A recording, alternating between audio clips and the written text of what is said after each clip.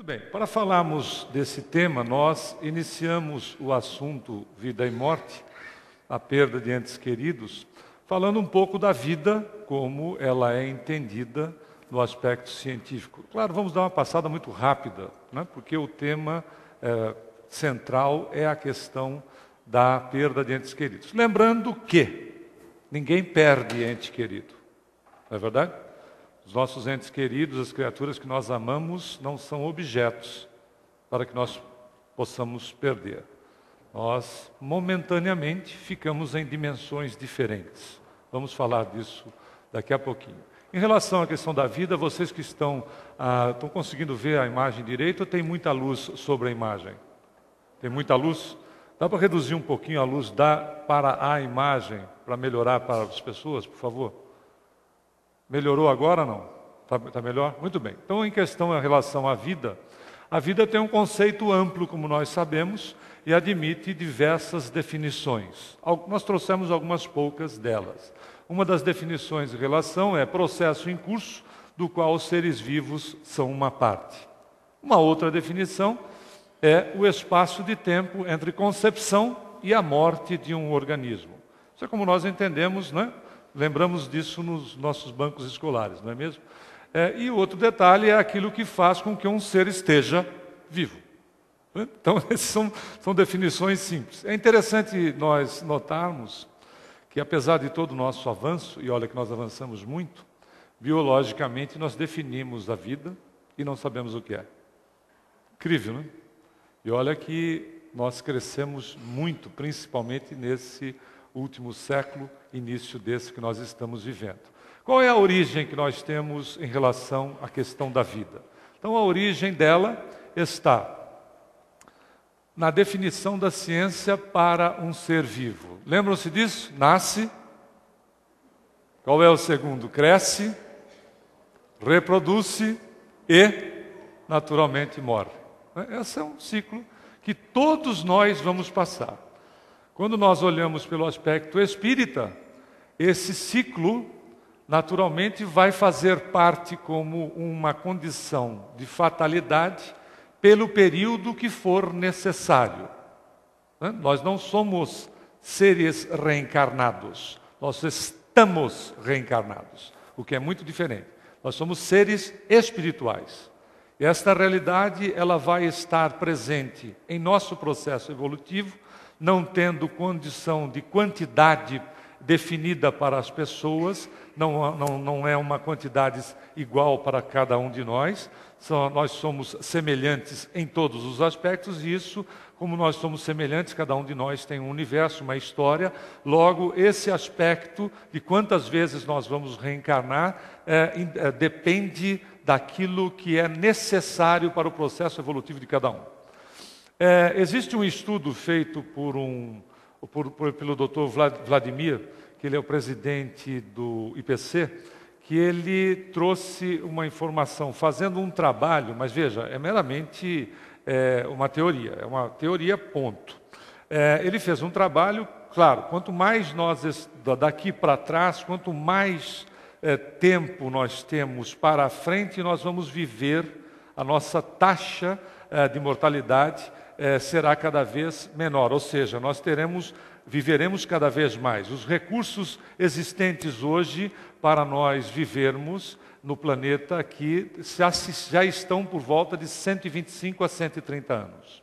Nós podemos chegar a 125 a 130 anos e é grande o número de centenários. O IBGE, na última apuração que fez, constatou que em 2011 nós temos no Brasil 23 mil centenários. 23 mil pessoas que já atingiram 100 anos ou mais. Existem, claro, países que esta taxa é muito maior, como, por exemplo, o Japão. E esta será uma tendência. O estudo feito daqui para trás, claro, quanto menos recursos, menos tempo de existência no corpo físico. Então, o Dr. Vladimir chegou a um número que nós possivelmente, isso como média, nós devemos já ter reencarnado 11.673 vezes. vai reencarnar assim lá no umbral, né? 11.673 vezes, o que, claro, isso é um número estimativo, que não é idêntico para cada um. E ele vai funcionar, como dissemos, até o momento que não se fizer mais necessário, porque a nossa realidade é a espiritual. Como é que a doutrina espírita vê a vida? Deus é o nosso Pai, é Criador, soberanamente justo e bom. Então, o processo reencarnatório vai servir para nós para a questão da evolução do aprendizado. Nós somos espíritos imortais, a eternidade é divina, nós temos a imortalidade. Tivemos ponto de início, não teremos fim.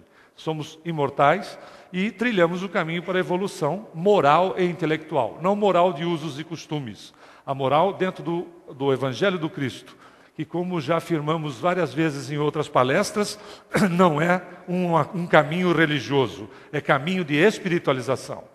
A moral baseada nos 2 mandamentos centrais do Evangelho. Amar a Deus sobre todas as coisas, ao próximo como a si mesmo. Em qualquer época, em qualquer dimensão que nós nos encontramos, aonde nós estivermos, no universo que nós estivermos posicionados, essa é uma realidade fundamental. Por mais conhecimento e sabedoria que o indivíduo alcance. Esta é uma realidade que fundamenta a evolução moral do espírito. E, naturalmente, para alcançarmos evolução moral, é necessário que nós conheçamos, porque à medida que nós vamos conhecendo, nós vamos nos desenvolvendo, aplicando este conhecimento, transformando em sabedoria e, logo, aprofundando o aspecto moral. Nunca os 2 aspectos caminham em conjunto, conforme o Livro dos Espíritos nos ensina. Porém, em determinado momento, um vai se igualar ao outro. E aí seremos espíritos chamados assim, evoluídos, dentro do quadro que nós possamos entender da evolução. E nós, o exemplo máximo, na pergunta 621 do Livro dos Espíritos, feito por Kardec, qual era o modelo e guia para a humanidade, 2 palavras bastaram para definir. Vede Jesus, que é o exemplo máximo de evolução que nós conhecemos. E, finalmente, somente através do processo reencarnatório, que é essa metodologia educacional, que nós vamos constatar a bondade e a justiça de Deus. Não é uma realidade? Aí as diferenças caem por terra, as situações de privilégios deixam de existir. Cada um de nós constrói aquilo que acha mais interessante e é merecedora daquilo que construiu. Nós também usamos muito este exemplo simples. Quando nós dizemos pejorativamente para alguém, está passando porque merece, é cruel, mas é verdadeiro. Veja que a mesma colocação, só que de outra maneira, né? Já mais abrandada. Ela ou ele teve esse resultado, né? Alcançou esse resultado, porque merece. É uma verdade. O processo de merecimento é um processo de construção, que o ser, quanto mais consciente, mais ele vai construir para a sua felicidade e a refletir na felicidade do outro. Porque, não nos enganemos, ninguém é feliz. Né? Ninguém consegue fazer o outro feliz ou estender felicidade para o outro se não é feliz. Não é uma realidade? Então a construção está em nós. Não se compra felicidade, não se compra amor. É uma construção de nós e, naturalmente, olha como Deus sabe o que faz. Né? Nós vivemos em sociedade para que nós possamos desenvolver essas nossas qualidades mais rapidamente. Porque o outro passa a ser exatamente o anjo da caridade para nós. O outro passa a ser o objetivo do nosso exercício. Porque o outro existe, nós nos exercitamos para o amor. Que incrível, né? Como nós somos não dependentes um do outro, mas na realidade nós necessitamos do outro para nos melhorarmos. Quando fazemos o bem para o outro, na realidade o outro é que está fazendo o bem para nós. Caridade, quando nós fazemos para o outro, a caridade na realidade é do outro para nós, porque nos dá a oportunidade de nós podermos exercitar a caridade. Caso Ele não estivesse conosco, nós não teríamos a condição de desenvolvermos isso de uma maneira mais rápida. Por quê? Por mais que a mídia nos coloque situações delicadas a respeito da humanidade ou da situação atual, isso não é uma realidade. Não é? Nós ainda compramos aspectos fantásticos de coisas comuns em grupos muito diminutos. A grande realidade é que o nosso processo evolutivo é gigantesco e vem década após década nos demonstrando esta realidade em nossas vidas. Fala-se muito da violência. Nós somos simplesmente mais informados sobre violência. Existe um estudo recente de Harvard, que foi feito em 2011, dizendo que nos últimos 50 anos o mundo está cada vez menos violento. E isso é uma realidade. Só em matéria de guerras, nós temos hoje conflitos localizados. Nós, em pouco espaço de tempo, nós tivemos 2 grandes conflitos, que só o segundo, que foi de 39 a 45, ceifou por baixo, porque não é um número total, porque o censo de muitos países era muito comprometido, ceifou por baixo 50 milhões de vidas. E nós não temos mais nem espaço na sociedade planetária para confrontos dessa natureza. Veja que a evolução vai acontecendo sim, sem que hajam agressões à consciência da criatura. Se Jesus não agrediu a consciência das criaturas, impondo coisa alguma, a evolução não agredirá as criaturas. Não é? E até porque não nos preocupemos com os aspectos do mundo acabar. Porque a gente agora que queria ficar bom, o mundo vai acabar 21 de dezembro. Não tem nem 6 meses para ficar bom. Mas nos últimos 85 anos, se você for fazer a conta, o mundo acabou 15 vezes. Para a decepção de muita gente, né? Porque ele continua existindo. Mas vamos em frente. E aí o próprio Jesus, dos poucos ensinamentos que sobraram do Cristo, esse foi um dos que permaneceu, esse de João Batista, quando ele vai dizer para o doutor da lei, para Nicodemos, ninguém pode ver o reino de Deus se não nascer de novo. Ou seja, nitidamente o que sobrou no Evangelho, no Novo Testamento, sobre reencarnação, foi essa passagem e aquela outra do João Batista, quando ele se referia a João Batista como a reencarnação do profeta Elias. Mas ele já dava o direcionamento para nós. É necessário nascer de novo. Quer nós aceitemos ou não, porque a reencarnação não é processo religioso e também não é do espiritismo. A gente reencarna aceitando ou não, da mesma maneira que o sol nasce, independente da gente aceitar abrir a janela ou não, de ter nuvens ou não, nós teremos o sol. E o processo bendito da reencarnação, que André Luiz vai descrever, se você não leu, leia, se você leu, estude, o capítulo 13 do Missionários da Luz, de André Luiz, psicografado pelo Chico, quando ele fala sobre reencarnação. Ele vai, nesse capítulo, o próprio título é Reencarnação, ele mostra a mãe de Sigismundo, que será a mãe de Sigismundo, que ela vai recebê-lo no plano espiritual. Para aqueles que são atentos e estudam, vão lembrar-se dessa passagem. No momento que ela recebe o espírito, ela ainda não está grávida. Ela ainda não foi fecundada. Olha que coisa impressionante. André Luiz vai dizer que o amor materno é algo tão sublime que nesse instante, lá no plano espiritual, eles estão desdobrados no processo do sono. Para você que lembra, se forma uma coroa de flores e de luz que vem do alto, abençoando aquele momento que ela recebe o futuro filho, que é o Sigismundo. Aonde ele continua dizendo que o amor no processo reencarnatório é tão gigantesco, que a mãe cede para o espírito também material perispirítico, não só a matéria do corpo físico. Porque quem se lembra da lição estudada nesse capítulo, ele vai dizer que no processo do desencarne, quando nós estamos, no processo do reencarne, quando nós estamos no plano espiritual, nós, pela situação de estarmos vivendo naquela dimensão, assimilamos energias daquela dimensão e também através da alimentação inserimos energias em nosso perispírito, que quando vamos reencarnar, deixamos parte dessas energias num suposto desencarne. Isso é suposto, né? O André Luiz é muito sutil nesse momento. E aí a mãe, quando vai no processo da gestação, ela vai ceder também material perispirítico para o espírito.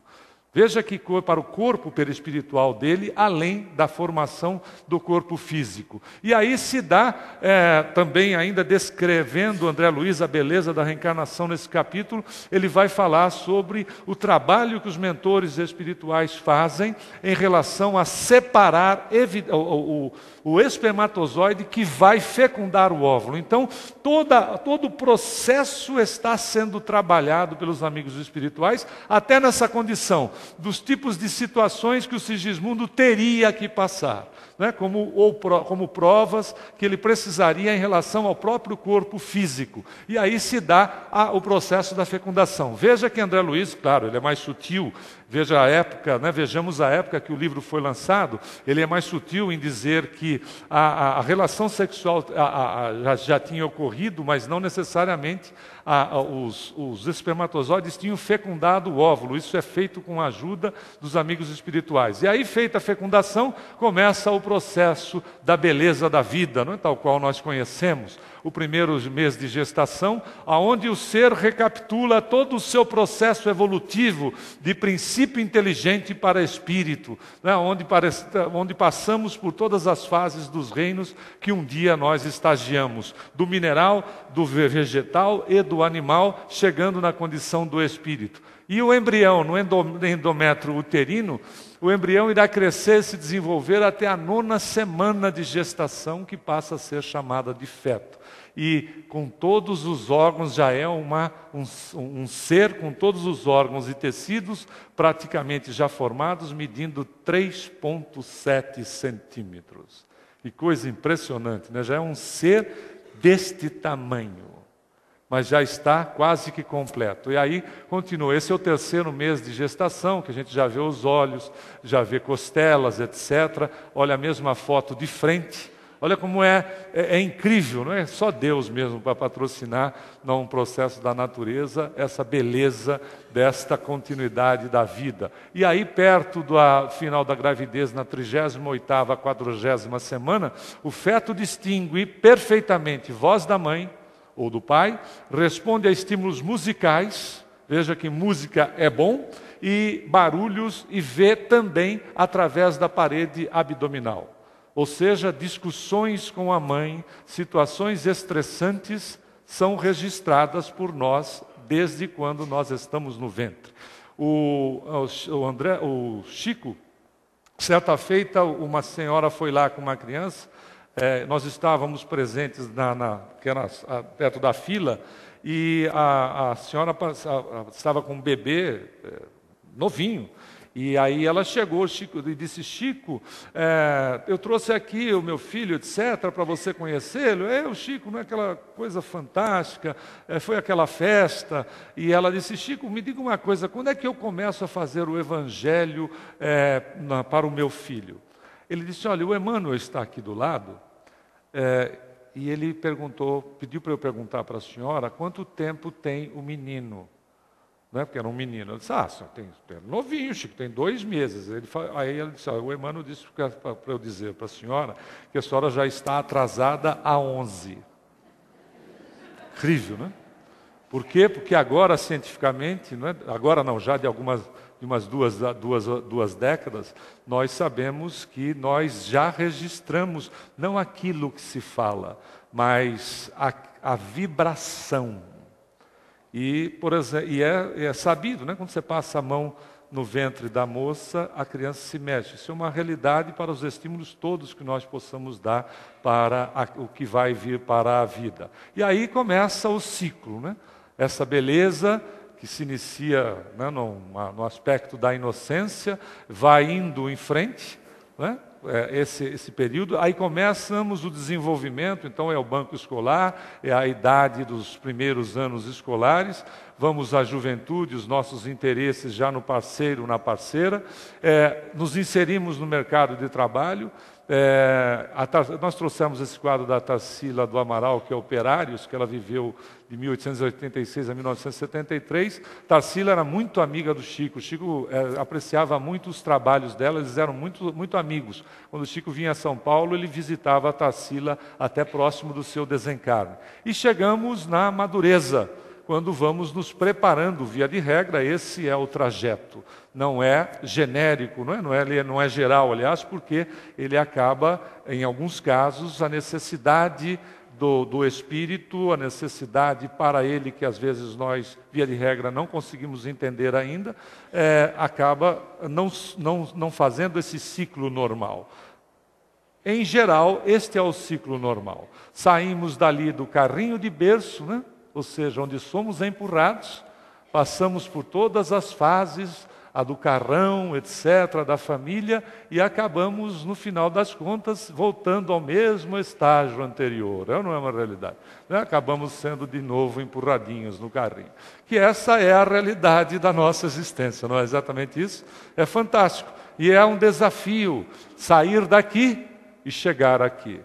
Um dia chegaram para nós, não é porque nós somos jovens há mais tempo, chegaram para nós e disseram, mas ô tio, você está velho. Eu disse, mas eu cheguei aqui.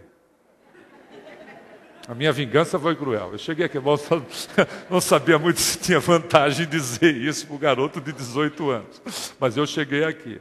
Aí, assim, mais ainda, querendo me vingar mais ainda, assim, você eu não sei não.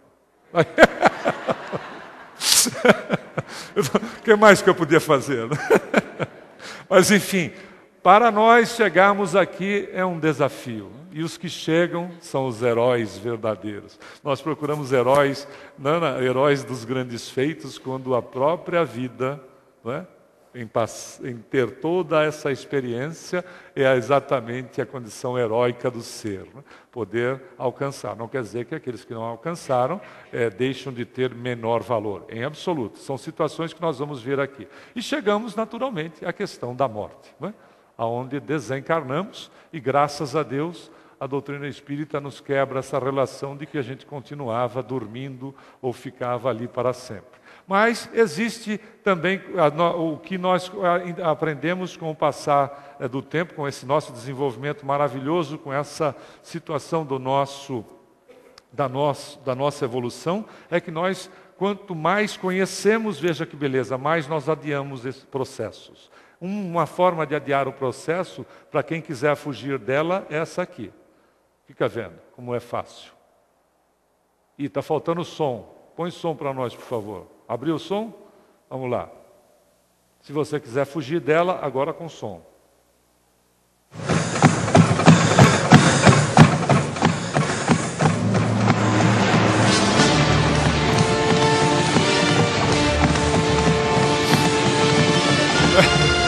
Genial, né? Se a gente quiser fugir dela, essa é uma metodologia que costuma funcionar. Quanto mais, veja como é importante o conhecimento, como é importante a educação do ser. Quanto mais educado, a rigor, mais se vive. Não é verdade? Hoje nós estamos ficando mais comedidos com a alimentação, não é isso? Nós estamos ficando mais comedidos com a questão do estresse. Por quê? Porque nós, conscientes que estamos, sabemos que, conforme André Luiz nos narra nas suas obras, é grande o número das criaturas que desencarnam antes da hora. Grande o número. Aliás, quase que uma esmagadora maioria. Chega para pagar mico no plano espiritual. O que você está fazendo aqui, fulano? Você andava com tanta pressa, quando eu vi, eu já cheguei aqui. Pois é. Mas é grande, infelizmente. Mas vamos dar uma olhada, e aí chega esse momento de nós fazermos a grande viagem, né? Essa mudança de dimensão. Onde esta mudança de dimensão, essa viagem, vai nos ensinar Allan Kardec no Céu e Inferno, no capítulo 2. O homem, em qualquer situação social, desde o estado de selvageria, tem o pressentimento inato do futuro. Isso está em nós. Sua intuição lhe diz que a morte não é a última fase da existência. Isso é uma realidade, está geneticamente impregnado em nós, como é a realidade, está geneticamente impregnado em nós a necessidade de crer, a necessidade de amar. É genético. Acaba sendo impregnado no corpo físico. Ou seja, nós precisamos amar alguém, algo, alguma coisa. Como precisamos acreditar em alguém, em algo, em alguma coisa. O materialista atende à necessidade genética dele porque acredita na matéria. naquilo que ele acredita, ele atende à necessidade genética dele. O que é fantástico. Nós não perdemos, não é a educação que influencia isso. É a questão intuitiva do ser, da sua condição de origem. E aí, o corpo físico, que é matéria, morre, não é como vulgarmente nós dizemos, ou naturalmente se transforma. O espírito, voltamos para a pátria espiritual, todos recebem o amparo e o auxílio dentro daquilo que necessitam. Não existe um desencarne igual ao outro. É como impressão digital. Cada um de nós desencarna de forma diferente. É complicado desencarnar? Não. Não é. É mais fácil desencarnar do que reencarnar. Para desencarnar, basta que você feche os olhos. Não quer dizer que piscou, desencarnou, mas também desencarna desse jeito. Para desencarnar é muito rápido. E não dói. Porque a gente faz isso toda noite e nem por isso se assusta. Né? Mas nós, quando dormimos, ou o simples cochilo, nós nos desdobramos naturalmente do corpo. Mas nos mantemos ligados pelos laços através do perispírito nos centros de força do corpo. Aliás, nos centros de força do perispírito ligados ao corpo físico. Então continuamos e temos então a possibilidade de dar continuidade na utilização do veículo físico. Desencarnar pura e simplesmente é o mesmo procedimento, só que sem retorno para o corpo físico. E é tão rápido e tão simples que já não foi uma ou duas vezes que já aconteceu na Câmara de Passe. Isso não quer dizer que você não vai tomar mais passe por causa disso, né? Mas a senhora estava tomando passe, o passista terminou e disse, graças a Deus. Aí, como a concentração continuava, graças a Deus. E a concentração continuou, chegou uma hora que já estava, graças a Deus. E a senhora estava desencarnada.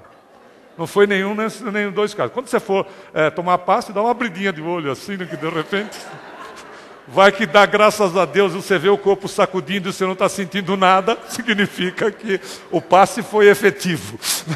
Pelo menos para essa questão. Muito bem. E aí outro detalhe, a perturbação da partida, não é? A questão da perturbação da partida. É muito comum, não é? Não é nenhuma penalização do indivíduo. É a mesma coisa quando nós, por exemplo, saímos da nossa residência e vamos para nos hospedar num hotel, na casa de um amigo, ou seja, num local estranho. A sensação é acordarmos pela manhã e, por vezes, não nos sentimos muito localizados no ambiente. Então, dizemos, onde é que eu estou? Isso é muito comum acontecer. Não é? Para algumas pessoas não, mas muitas de nós já experimentamos isso. Tipo, procura a localização do ambiente, que ele é diferente. É esse mesmo tipo de sensação. Não existem punições para processo nenhum. Em casos de acidente também, não são assim. Tanto é que nós devemos ter aqui, talvez, mamães, papais, que tiveram seus filhos vitimados por algum tipo de acidente. Nós tivemos, na nossa juventude, um grande amigo, também espírita, irmão de um grande expositor aqui da casa, um excelente trabalhador, expositor e dirigente de um dos A2 da casa, e o irmão dele havia se casado, fazia, acho que, questão de 30 dias, e já estava muito bem posicionado em relação à profissão, a esposa também, e eles moravam no Paraná. E numa viagem para visitar a mãe, que morava em Apucarana, porque eles moravam em Cascavel, eles, na estrada de mão única, quando ele fez uma curva, tinham 2 caminhões de frente. Ele jogou para o acostamento, mas o motorista que estava cometendo a infração também fez a mesma coisa. E aí ele desencarnou na hora junto com a sua esposa. Bom, a mãe, evidentemente, pela juventude dele, não é? No auge da carreira, inclusive, a gente não pode deixar de mencionar. Certa feita, conversando com o Chico, ele contou-nos, porque nós falávamos a respeito da quantidade de mãezinhas que iam procurá-lo, que era uma enormidade, como nós sabemos. Não só mães, né, mas as famílias, os pais, ou seja. Aí ele disse, olha, Humberto, eu posso entender, compreender, ele disse, essa era a palavra, a dor do coração de uma mãe quando desencarna uma filha ou um filho. Eu compreendo isso, porque eu sinto em meu coração. Até porque eu já fui, numa reencarnação que me recordo, uma mulher e mãe. Eu reencarnei na Espanha, me casei com um senhor e o meu marido era muito rico, eu também vinha de família muito rica, juntamos as fortunas, éramos muito ricos e tivemos um filho apenas. Esse filho, ele, claro que foi ao passar dos anos sendo preparado para ser o herdeiro e o administrador da fortuna. Quando ele chegou aos 19 anos, mais ou menos, ele foi raptado. E os sequestradores fizeram as suas exigências. O meu marido, muito rico, não teve nenhum problema em juntar os valores solicitados e fizemos o pagamento para o resgate e os sequestradores nos apontaram o local que nós deveríamos ir buscá-lo. Nós fomos e quando chegamos lá, o meu filho estava morto. Eles haviam assassinado brutalmente o menino, apesar de nós termos cumprido todas as exigências. Aí ele disse, eu posso compreender o que sente uma mãe. Nós, na experiência masculina, não temos essa, pelo menos nessa existência, não temos essa sensibilidade. Então, entender que essa condição de, mesmo que seja um acidente, e contávamos o caso do César, esse nosso amigo, passado um tempo ele deu uma comunicação, aliás, deu várias comunicações depois, para a sua mãe, dizendo que ela não ficasse, porque o sofrimento dela era como esse filho tinha chegado no plano espiritual. A dor que ele tinha sentido. Ele disse, mamãe, a misericórdia de Deus atua em todos os aspectos em nossa vida. Eu cheguei aqui no plano espiritual e simplesmente o tratamento que me fizeram, na verdade, eu me lembro que eu estava fazendo uma viagem para visitá-la. Só. Nada mais. E aí me lembro, e quando tomei conta da minha situação, me dei conta da minha situação, eu estava aqui no plano espiritual, amparado com os nossos parentes e amigos que nos sucederam na caminhada. Ou seja, veja que coisa interessante. Como nós não inventamos nada e sim descobrimos, nos Estados Unidos, em 2010, foi publicado numa revista científica um tipo de desenvolvimento de droga para que o indivíduo tome, mas eles estão ainda estudando, não é, esse processo, para que a memória de coisas traumáticas como sequestro, e eles têm muito problema com situação de gente de traumas de guerra, não só traumas de guerra, mas qualquer processo traumático, esse produto sintetizado, uma vez ingerido, apagaria exatamente esse período da memória que é traumático. Ou seja, se nós já estamos pesquisando isso, significa que no plano espiritual existe. Né? E devem ter aplicado essa medicação a ele, que ele se lembrava que ele estava viajando para a casa da mãe e depois ele simplesmente tomou consciência de estar no plano espiritual. Porque Deus nos ama e o amor é absoluto. Ele nos atende os nossos entes amados como vai nos atender na medida das nossas necessidades. Ninguém será desamparado. Né? E essa perturbação é um processo natural, sem que seja para isso uma perturbação no sentido de ser algo que agrida a criatura. E nós continuamos ligados pelo amor, né? Porque essa separação ela é temporária. Ela é tão temporária que se nós olharmos a nossa questão de tempo de existência nesta dimensão, ele é muito curto. Ele é um tempo extremamente curto. Se a ciência diz que nós já podemos atingir os 125, 130 anos, ele é muito curto, porque um ano hoje, principalmente com as responsabilidades que nós temos em nossa vida, o número de compromissos que nós temos, nós verificamos que um ano passa assim. Nossa, nós já estamos em setembro. Já está vindo aí o Natal, mas mal a gente saiu. Mas é isso mesmo. É a quantidade de compromissos, é as atividades, nós estamos cada vez mais ativos, mais ativas, nós estamos com mais responsabilidades e essa dinâmica é fantástica porque nós estamos aprendendo cada vez mais em relação ao nosso desenvolvimento. E temos naturalmente a condição das perdas prematuras de crianças ou jovens, que nós começamos com os jovens. Agora, se nós pararmos para pensar, o bem por vezes não compreendido passa a se tornar mal para aquilo quando nós estamos ligados a interesses imediatos.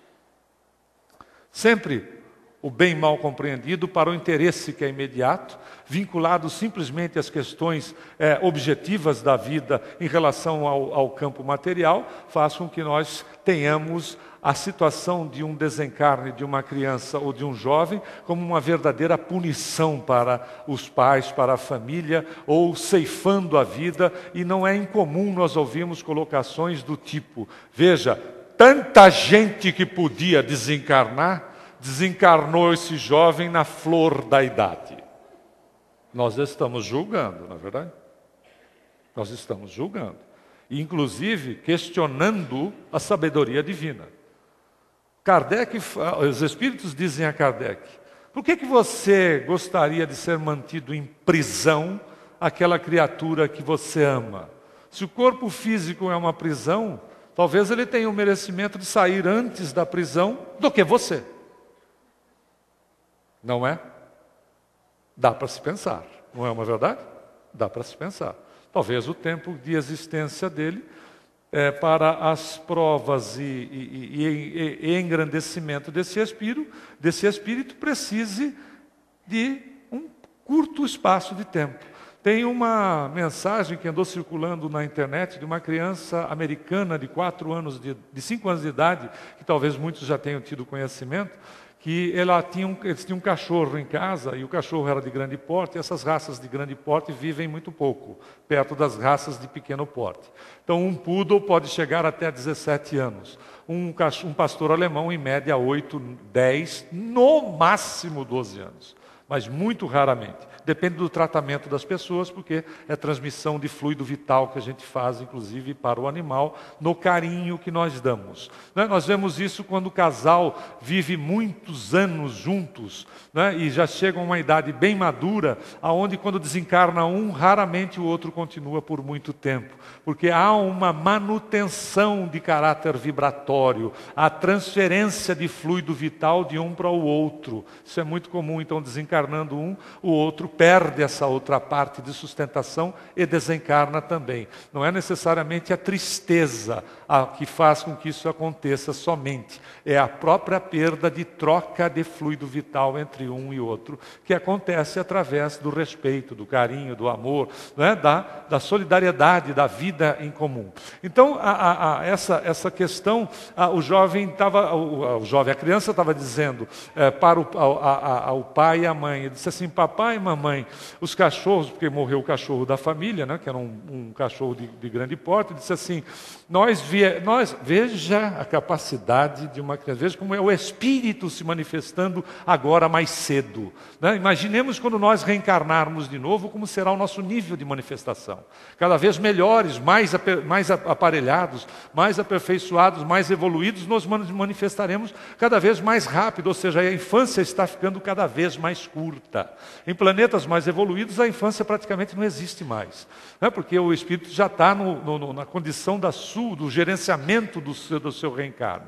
Então ela diz assim: mamãe, a senhora disse um dia que nós nascemos aqui no planeta. Eles não eram espíritas, até porque o movimento espírita nos Estados Unidos, se aqui nós divulgamos, lá a gente desbrava. É totalmente diferente, porque ele é muito pequeno e nós precisamos, e os brasileiros que estão lá, e latinos, etc., trabalhando agora com americanos, muitos são os centros já que fazem palestras em português, em espanhol e em inglês, e o público americano começa gradativamente a se aproximar da doutrina espírita. Esmagadoramente são católicos ou protestantes. Muito bem, disse assim: a senhora disse que nós nascemos aqui para aprender a amar. Fantástico, não é isso? Os cachorros vivem menos porque aprenderam a amar mais depressa. Incrível, incrível, E é uma verdade. Eles vivem menos porque eles aprenderam a amar mais depressa. Pense nisso quando você estiver diante de um quadro de uma partida da criatura que você ama. talvez ela tenha aprendido a amar mais depressa. Mas, enfim, quando nós não temos fé, não é? É claro que o egoísmo se destaca. É meu. Não significa que amar é libertação. Quem ama, liberta. Quem não ama, prende. Ou seja, pelo egoísmo ou pelo ódio. Prende. Quem ama, liberta. Amar não é desvencilhar-se da pessoa. É respeitar aquilo que é melhor para o outro. Não é verdade? Quando você está apaixonada ou apaixonado, ele diz, eu me vou. Não, fica. Dá para prender no pé da mesa? A gente até quer. Mas aí vai embora com o pé da mesa e tudo. Por quê? Porque é meu. Se a gente ama, vá na paz de Deus. Porque eu te amo. Na próxima reencarnação miserável, eu venho como sua sogra. E aí você aprende. Pronto. O que é bom da reencarnação, você há de convir comigo. A gente sempre tira uma casquinha. Vamos continuar. Desejar que fique quando melhor é partir. Não é esse exemplo? Não é? Desejar que fique. Mas nós temos ainda dificuldade em aceitar isso? Claro que nós temos. Nós estamos num processo evolutivo. Respeite-se. Respeite o outro e respeite-se. A natureza não dá saltos. Respeite-se. A gente ainda tem o ser amado para mim. Não é assim? Claro, trabalhe o desapego gradativamente, mas respeite-se, não se agrida. Vá devagar. A natureza não dá salto. Amar é exercício. Exercite. Dentro da possibilidade do exercício. E, naturalmente, então logo surja, prece para que Deus faça o melhor para a pessoa. Que dificuldade que é isso. Em Missionários da Luz nós vemos também. Esse é um livro que precisa ser estudado. Quando aquela criatura, aquela senhora que era muito querida, e as pessoas, e ela estava já muito enferma, o corpo debilitado, porque não é o espírito que deixa o corpo, é o corpo que, não tendo uma condição de manter a vida, expulsa o espírito. Vide a Gênese de Kardec. Aí a senhora, o corpo já estava praticamente sem vida, expulsando o espírito, mas as pessoas gostavam tanto que era prece em cima de prece, prece em cima de prece, prece em cima de prece, para ela continuar reencarnada. E o espírito, o corpo expulsava o espírito e mandava a prece, e o espírito voltava para o corpo. E aí reza, que reza, reza, que reza, reza, que reza. O que é que eles fazem nessa hora? Então, um passe longitudinal, dá-se uma inserção de fluido vital, uma verdadeira injeção. De repente o sujeito está com o pé na cova, outro na casca da banana, ele acorda e diz assim, quero comer feijoada. O cara todo entubado, não sei o quê. Você já viu, né? Quero comer feijoada, pode esperar. Aí o que acontece? Vai para casa para tomar banho, descansar, etc. Não é isso? Aí as pessoas vão. O que aconteceu? Quebra o circuito vibratório, a energia é quebrada nesse momento, porque as pessoas relaxam, e o cara todo querendo fazer ginástica na cama, e relaxou, desliga o processo vibratório, que se você olhar como vidente, se você for vidente, você vê que são fios de energia que estão passando das pessoas para o enfermo, verdadeiros fios de energia, jatos de energia. Isso se dilui, e aí, via de regra, as pessoas saem, etc. Quando voltam, só está o Espírito dizendo, está vendo? Peguei vocês. Bem exatamente isso. É a chamada melhoria da morte, que é exatamente para favorecer esse tipo de desprendimento. O Chico, certa vez, lá já morava em Uberaba, e o Chico tinha lá uma moça passando muito mal, e alguém disse, chama o Chico para dar um passe, porque o passe do Chico é fantástico. E o Chico foi lá e deu um passe, acabou o passe, a moça desencarnou. Aí o irmão dela disse, quem mandou chamar o Chico? Né? Porque qual era o objetivo? Era para ele dar o passe e ela melhorar. Ele deu o passe, ela desencarnou. Por quê? Porque que era melhor para ela? Era o desencarne. A turma estava toda, fica aí, fica aí, fica aí, fica aí. Né? O espírito precisava sair. Né? Ou seja, já estava o corpo expulsando. O Chico foi lá e resolveu, né? Tipo, bilhete azul aqui, ponto, acabou. Aí você diz, quem mandou chamar o Chico? Olha aí. Quer dizer, o cara fez, na realidade, um bem para a criatura, mas quando você não entende, o que é que ele fez? O mal, porque é preferível ter aquela criatura daquele jeito moribundo do que não ter nada. Veja o que é da nossa parte o egoísmo. Nós temos um amigo que é o Valdomiro, que ele é um expositor, ele é fantástico. Ele disse assim, a gente fica dizendo, ai, fulano desencarnou. Por exemplo, a Márcia, não que a gente queira que você desencarne, mas a Márcia desencarnou, não é? Ela diz assim, o que será de mim? Ninguém pensa o que será dela. Porque você está aqui administrando aquilo que você conhece. Ela vai administrar o que não conhece, ou pelo menos não lembra. E de repente ela chega lá com aquele livro Cidade no Além, que tem o mapa, e aí erra o caminho. Em vez de ir para o nosso lar, vai para o umbral. O que será de mim? Não, o que será dele. O que será dela. Não é verdade? Por que sou só eu? Ele fica como? Não é isso? E por vezes a coisa é tão grave, tão séria, que... Vocês querem um outro calzinho, não? Estou gostando de casinho. Nós atendemos um caso aqui na federação que a pessoa, às vezes é tão sério o caso, que nós, nesse nível de apego, de não liberdade para a criatura, nós acabamos nos tornando obsessores da pessoa que nós amamos. Nós viramos obsessores de quem a gente ama.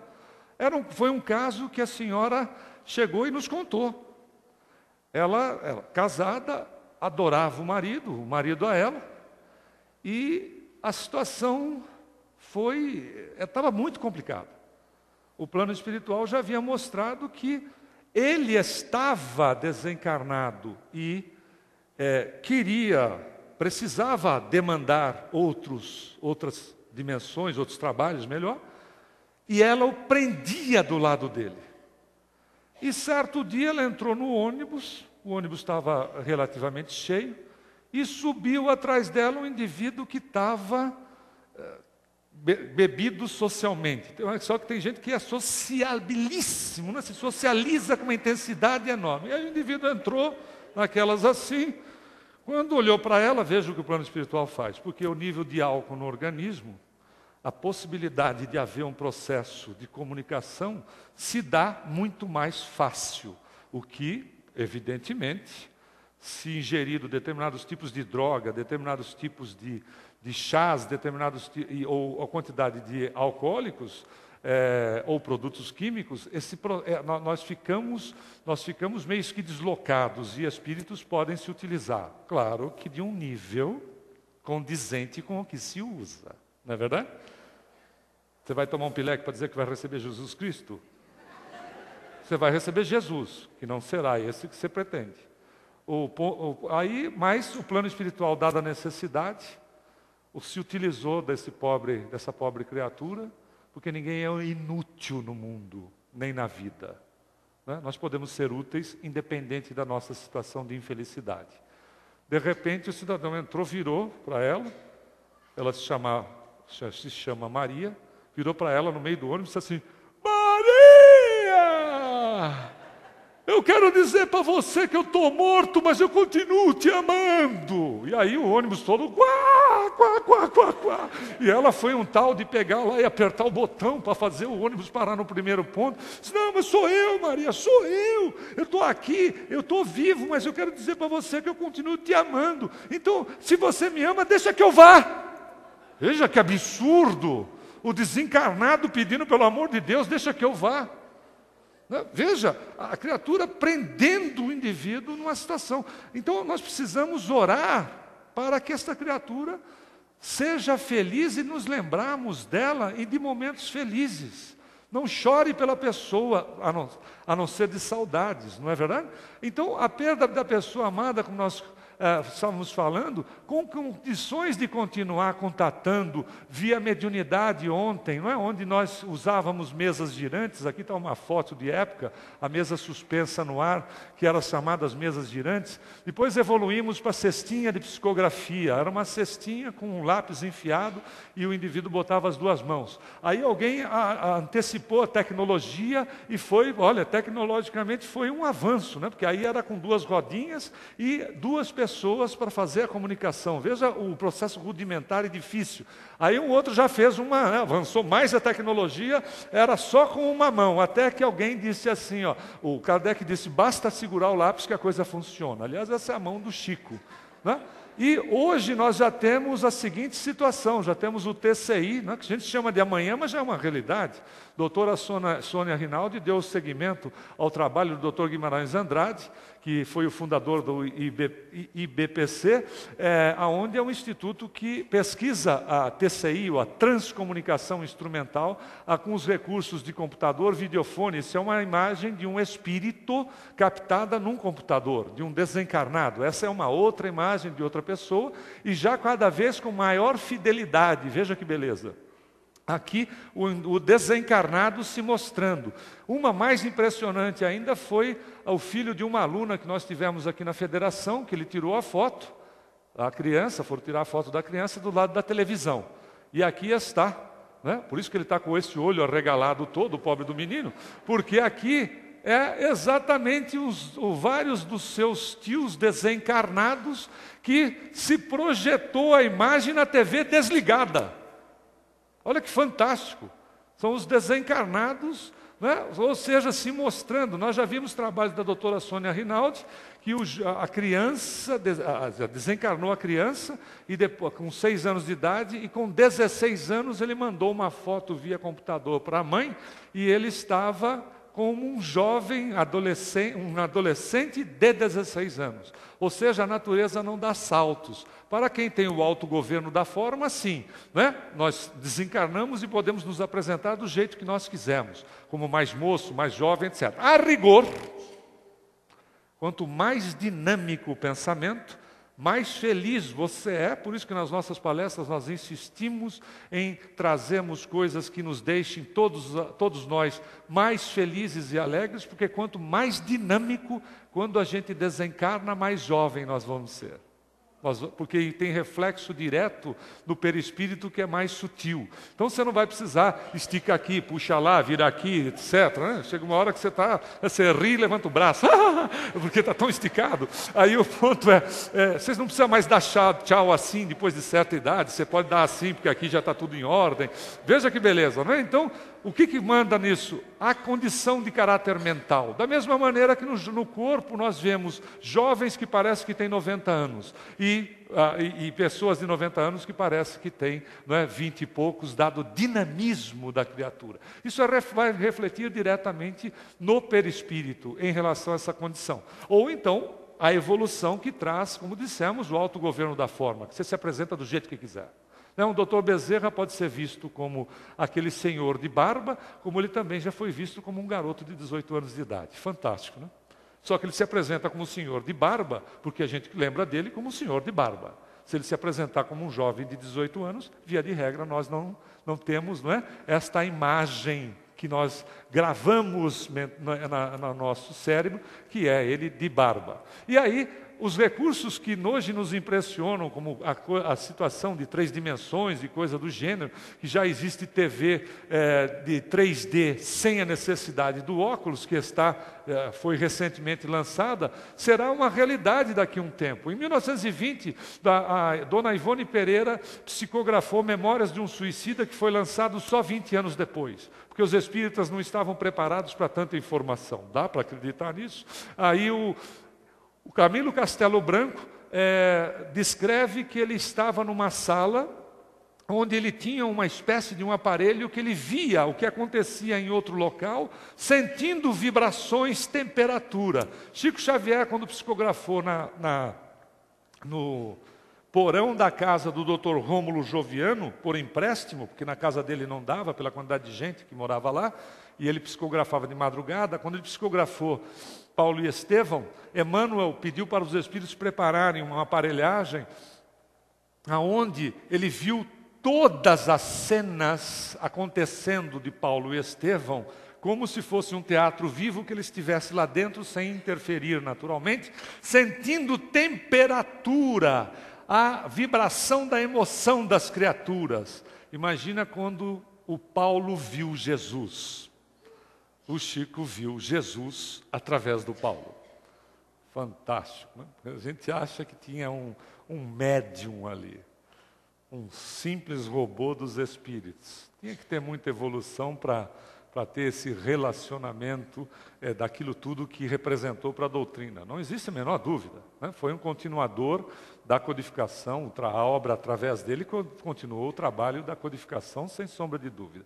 E aí o Espiritismo, ou seja, essa doutrina abençoada, que teve uma impulsão enorme do Dr. Bezerra, e depois tem o momento Chico, antes e depois de Chico, ele é o bálsamo para as dores dos nossos pais. Quebra a estrutura daquela mãe que ama e vê o filho no inferno. Ora, qual é a mãe que ama, que de repente estivesse num céu de desocupados, vendo a criatura que ama, não só a mãe, mas qualquer criatura que ame, né? Um outro ser, estando numa situação boa, vai olhar para aquela pessoa, o ser amado, o ente amado, numa situação de sofrimento.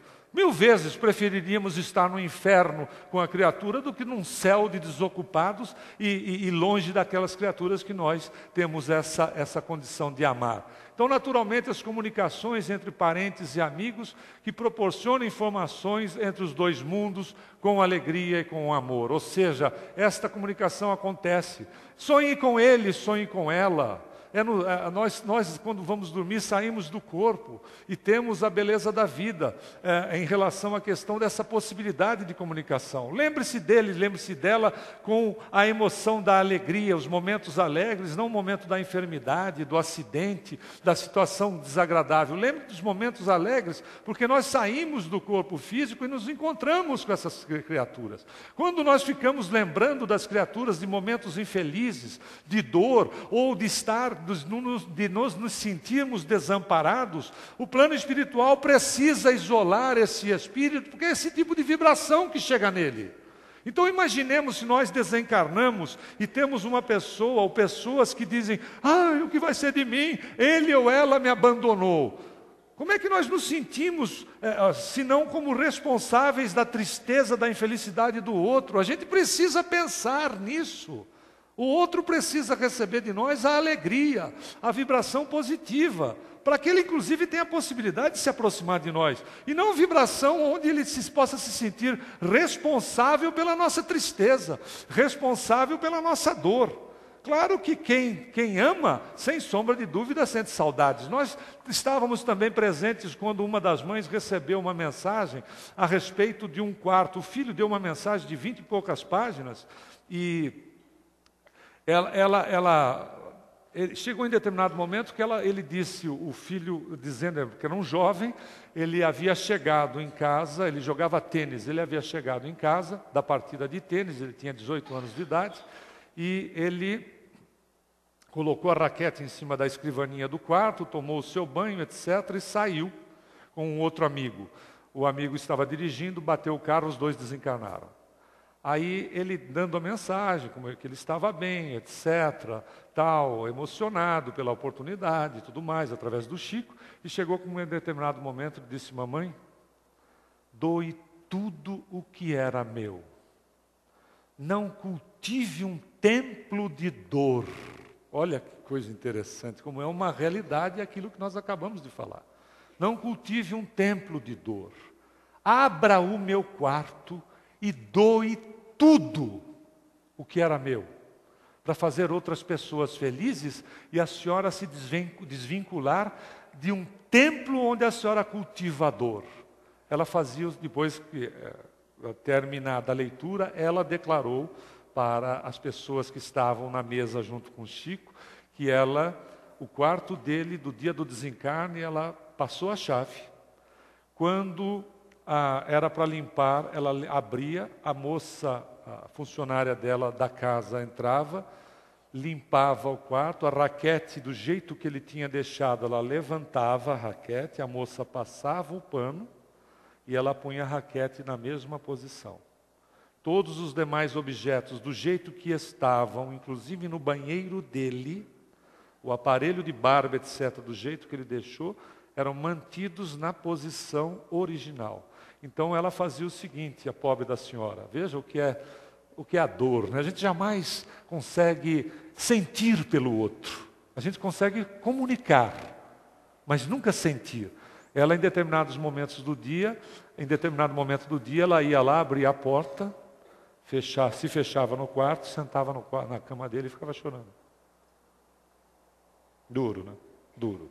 E ele disse assim, ó, doe tudo, lembre de mim dos momentos felizes, não de uma situação da senhora entrar e ficar fazendo isso com a senhora mesmo, e por vezes, né, eu não posso me aproximar, porque a dor é gigantesca da criatura e daquele que está próximo. Então a gente vai se aproximar de alguém que tem dor, claro que nós vamos dizer assim, sentir saudades é normal, é evidente que é normal.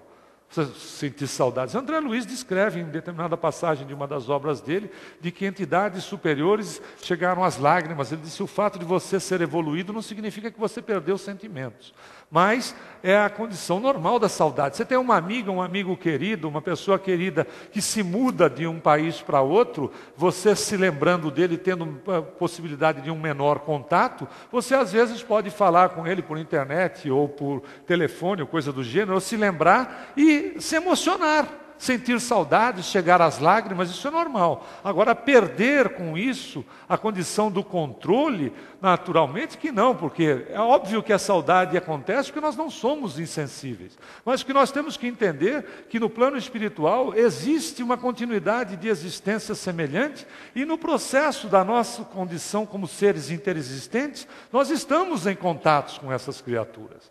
Já que vocês gostam tanto de uma situação de caso, nós trouxemos aqui uma passagem de um jovem que eram dois amigos, eles eram extremamente ligados pelos mesmos interesses, etc.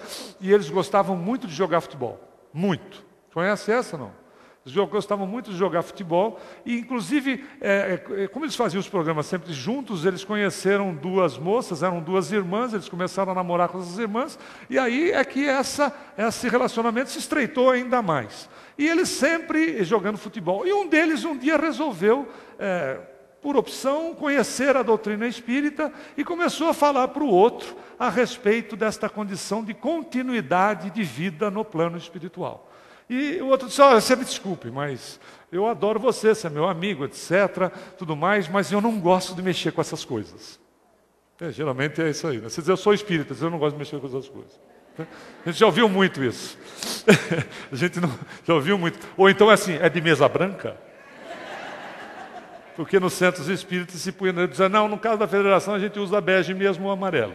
Né? Mas, o Chico, por exemplo, eram aquelas toalhas lembra aquelas toalhas de plástico de cozinha, com aquelas flores, e com o tempo ficava amarela. A da mesa dele era bastante amarela, inclusive lá do Centro Espírita da Prece. Aí, no Grupo Espírita da Prece. Aí, ele disse assim, tudo bem, você é meu amigo, você entrou aí para essa situação de mexer com os espíritos, essas coisas, mas eu não quero mexer com essas coisas. A gente continua conversando, mas não me fala nessas coisas. Aí disse, não, mas é que assim, tem o processo de reencarnação, a comunicação com os espíritos, a vida continua, etc. Tem até um filme agora, né, da obra do Chico, do André Luiz, com o Chico. Ele disse, não, tudo bem, mas aí como o amigo estava um pouco insistente, né, porque às vezes a gente, quando se torna espírita, quer salvar o mundo, né? Conversando principalmente com a família. Aí, até porque, a rigor, todo mundo está perturbado até prova em contrário, né? Quando a gente vira espírito. Aí ele disse, tá bom, você faz o seguinte, se tem mesmo continuidade de vida, no dia que um dia quem desencarnar primeiro, se isso for uma realidade, volta e conta para o outro. Mas tá bom, e a vida continua. E um dia, esse amigo, que era o espírita, por um acidente com um automóvel, desencarnou. E o que ficou, que inclusive nem sequer aceitava qualquer situação de possibilidade de comunicação, ficou extremamente triste, né? Abatido, triste, até porque era como se fosse o irmão. E passado muito tempo, um dia ele estava assim, já tinha deitado, estava para dormir, né? e de repente um amigo apareceu no pé da cama. Porque fantasma que se preza aparece no pé da cama à noite, né? Porque se aparecer ao meio-dia na tua casa não vai fazer sucesso. Então, para ter ibope é à noite. Aí ele apareceu no pé da cama. E quando ele olhou, o amigo estava de frente, olhando para ele, ele olhando para o amigo, e ele disse: ô fulano, conforme nós combinamos, eu voltei aqui para dizer que a vida continua. Isso não é possível. Eu disse: não, tanto é possível que eu estou aqui te dizendo. A vida continua nos esplendores da beleza, e é que você não se lembra, mas à noite, quando você sai do corpo, você se encontra comigo. Isso é mesmo, você não se lembra porque você bloqueou essa possibilidade no seu cérebro, não aceitando essa condição. E uma vez bloqueado, o cérebro obedece àquilo que você manda, não é verdade? Não é assim na vida? Eu não lembro de nomes. Qual o comando que você deu para o cérebro? Não lembro de nomes. É assim que funciona. O cérebro é nosso. Aí ele disse assim, então eu estou aqui te dizendo que a vida continua. E todas as maravilhas que você tem no planeta, você também tem lá. Aliás, até porque lá é o original, aqui é a cópia mal feita daquilo que nós temos. Ele disse: não diga, ele disse, e tem inclusive jogo de futebol. Ele disse: não é possível. Se tem jogo de futebol, e eu vim daqui para dizer para você que você está escalado para domingo. Muita paz a todos, que Jesus nos abençoe. Obrigado.